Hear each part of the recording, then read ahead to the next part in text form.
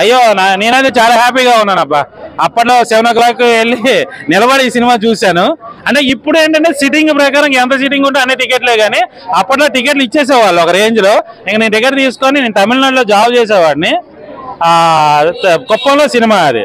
So పొద్దున్న వెళ్ళి ఆ సినిమా చూసి 11 o'clock మళ్ళీ డ్యూటీకి అందిపోయాను. సో అప్పుడే ఇంకా జాబ్ లో జాయిన్ అయ్యా, ఇంకా బచ్చగాడిని ఆ టైంలో. సో ఆ రోజులు మళ్ళీ ఇప్పుడు గుర్తున్నాయి, నాకు చాలా హ్యాపీ అనిపించింది. అదే ఇంకొక జగదగ వీధిలో అవతల సుందరం అప్పట్లో ఎలాగైతే బ్లాక్ బస్టర్ అయిందో అంతకు మించి విశ్వామరావు ఉంటుందని నేను అనుకుంటాను.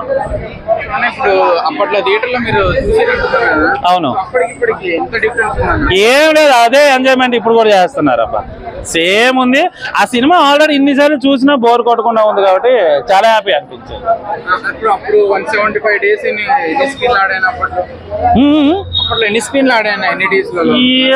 ఐడియా లేదు, 123 ఎన్నో అనుకుంటా. ఐ థింక్ 100 days అనుకుంటా. కానీ అప్పటికి అది రికార్డ్ బ్రేక్, అన్ని సినిమాల్ని రికార్డ్ బ్రేక్ చేసింది. అందరూ 123 ఐ థింక్ 120+ ఉంది.